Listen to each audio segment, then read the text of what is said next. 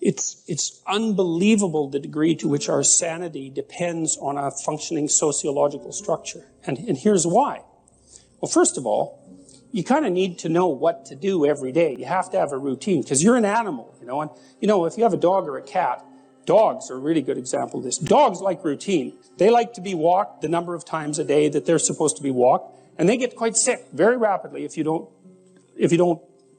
routinize their days. Children are exactly the same way. Now, you can overdo it, right? But still, you need to know approximately when you should get up. It should be approximately the same every day. You need to know approximately when you're going to eat. You need to know what you're going to eat. You need to know who you're going to eat with. You need to know where to buy your food. It's like 80% of your life, 70% of your life, something like that, consists of those things that you do every single day, that you repeat.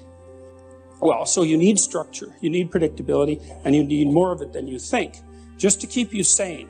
Now, if you're lucky, and maybe a bit odd, you can deviate 5% from the norm, or 10% from the norm, or something like that, carefully and cautiously, as long as the rest of you is all well-ordered in a normative manner. You might be able to get away with that, and you might be able to sustain it across time, and people might be able to tolerate you if you do it. Or maybe you'll get really lucky and you happen to be creative but reasonably well put together, and people will actually be happy that there's something idiosyncratic and unique about you.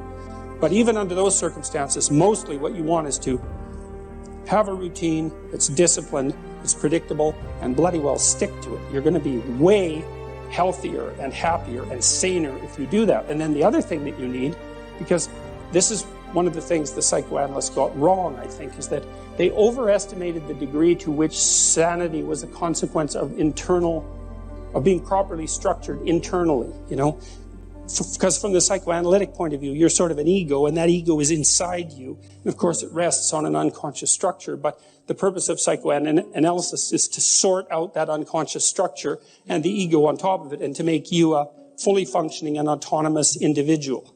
But there's a problem with that, because the reason that you're sane as a fully functional and autonomous human being isn't because you've organized your psyche, even though that's important. The reason that you're sane, if you have a well-organized unconscious and ego, is because other people can tolerate having you around for reasonably extensive periods of time, and will cuff you across the back of the head every time you do something so stupid that people will dislike you permanently if you continue. And so what people are doing to each other all the time, just non-stop, is broadcasting sanity signals back and forth, right? It's like you smile at people if they're not only behaving properly, but behaving in a way that you would like to see them continue to behave. You frown at them if they're not, you ignore them if they're not, you shun them, you roll your eyes at them, you manifest a disgust face, you don't listen to them, you interrupt them, you won't cooperate with them, you won't compete with them. It's like you're blasting signals at other people about how to regulate their behavior so frequently, it just makes up all of your social interaction. That's why we face each other, and we have emotional displays on our face, and we're looking at each other's eyes, and we know as much as we can about what's going on with each other, given that we don't have immediate access to the contents of their consciousness. And so partly what you're doing with your routine is establishing yourself as a credible, reliable, trustworthy, potentially interesting human being who isn't going to do anything too erratic at any moment. And everyone else is around there tapping you into shape, making sure that that's exactly what you are. And that's how you stay sane. And so what happens to people too, if they don't have a routine and they get isolated, is they start to drift. And they drift badly because the world is too complicated for you to keep it organized all by yourself. You just cannot do it. So we outsource the problem of sanity. And it's very intelligent that we outsource the problem of sanity, because sanity is an impossibly complex problem. And so the way that we manage the incredibly complex problem is we have a very large number of brains working simultaneously on the problem all the time. Maybe you decide you want to clean your room, and it's a hell of a mess, and you're working with the therapist, and he says, look, just open one of the drawers and look at it, because you've been avoiding it for 5 years. That's all you have to do this week. Open it and look at it. And, on the one hand, that's so trivial and it's pathetic. But on the other hand, no, it's not. And so often the person will come back and say, well, I did it, but it was just stupid. It's like, no, it wasn't. Your room isn't clean, but you opened the damn drawer. And now it's time to give yourself a pat on the back. But to do that, you have to admit, in some sense, you have to admit how pathetic you actually are. You have to admit how pathetic you are before you can reward yourself. And that's okay, because that patheticness, well, it's sort of built in to the fact that you're vulnerable.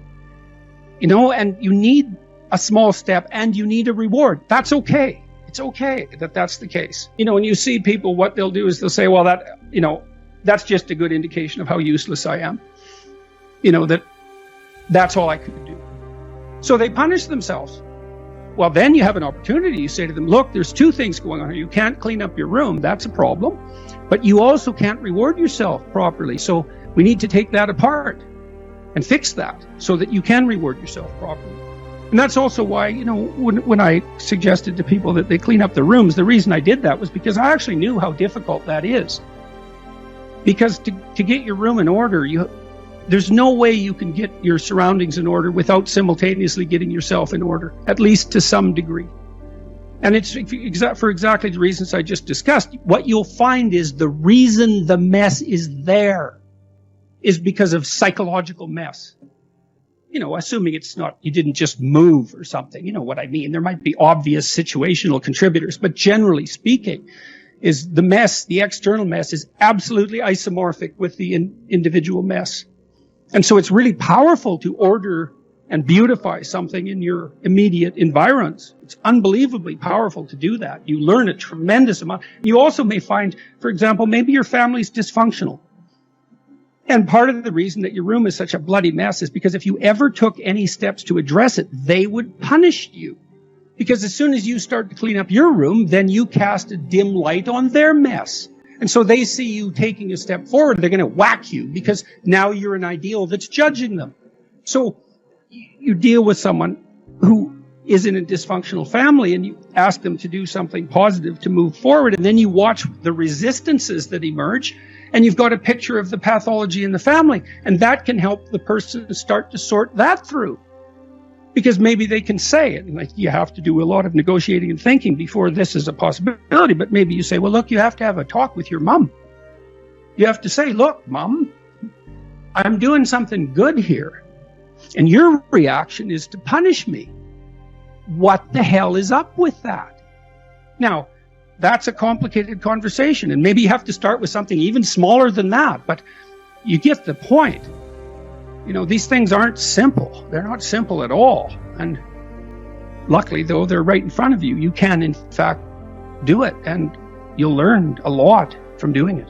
Do you plan your day much, or your time generally? Does this lead to higher productivity? Yes, I plan my day obsessively. My calendar is always absolutely full, and often weeks in advance. And I plan in the morning, especially when I'm on top of things.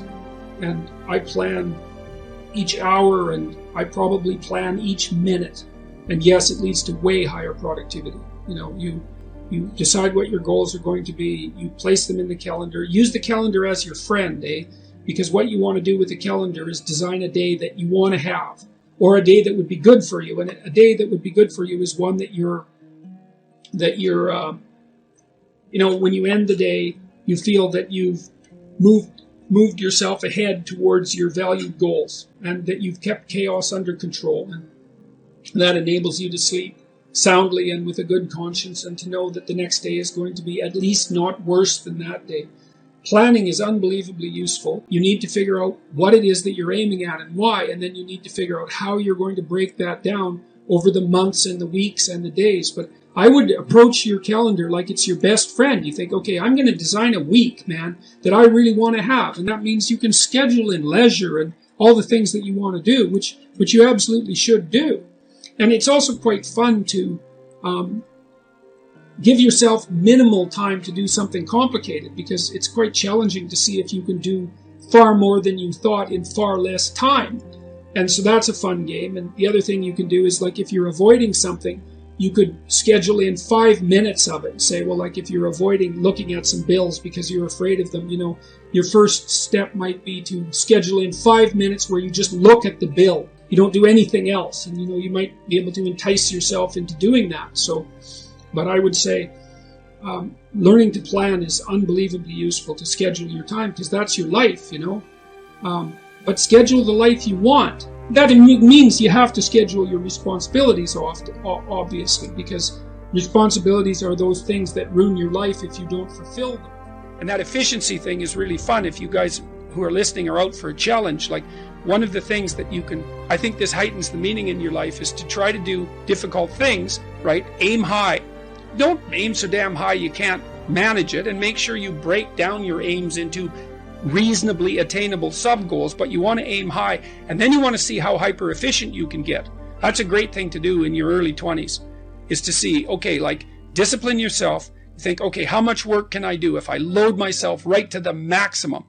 How far can I work? How hard can I work until I exhaust myself? And then you back off, obviously, because the optimal amount of working, productive engagement, let's say, is that which is sustainable across decades. So you have to learn that, but you don't learn that without stretching yourself to your limits to begin with. And, if your life isn't everything it could be, and if you're suffering from an excess of meaninglessness, well, it means you're not oriented in the world of chaos and order properly. It's like you could learn to discipline yourself. Figure out what it is that you need to do and that you want to do, and then see how efficient you can get.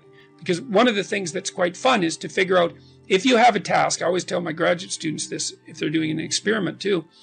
If you have a task that you have to do, it's really interesting to spend a few minutes, sometimes hours, depending on how long the task is. See if you can figure out how to do it from 5 to 10 times faster. It means you'll have to rearrange the way you think about it, but you can often do it. And that's how extremely productive people get so hyper efficient. Sometimes it means you have to delegate. Sometimes it means you have to bring other people aboard. That's delegation as well, I suppose. But there's a lot of preconceptions that you hold about who you are and who the world is that you could dispense with, that would make you a way more efficient actor in the world.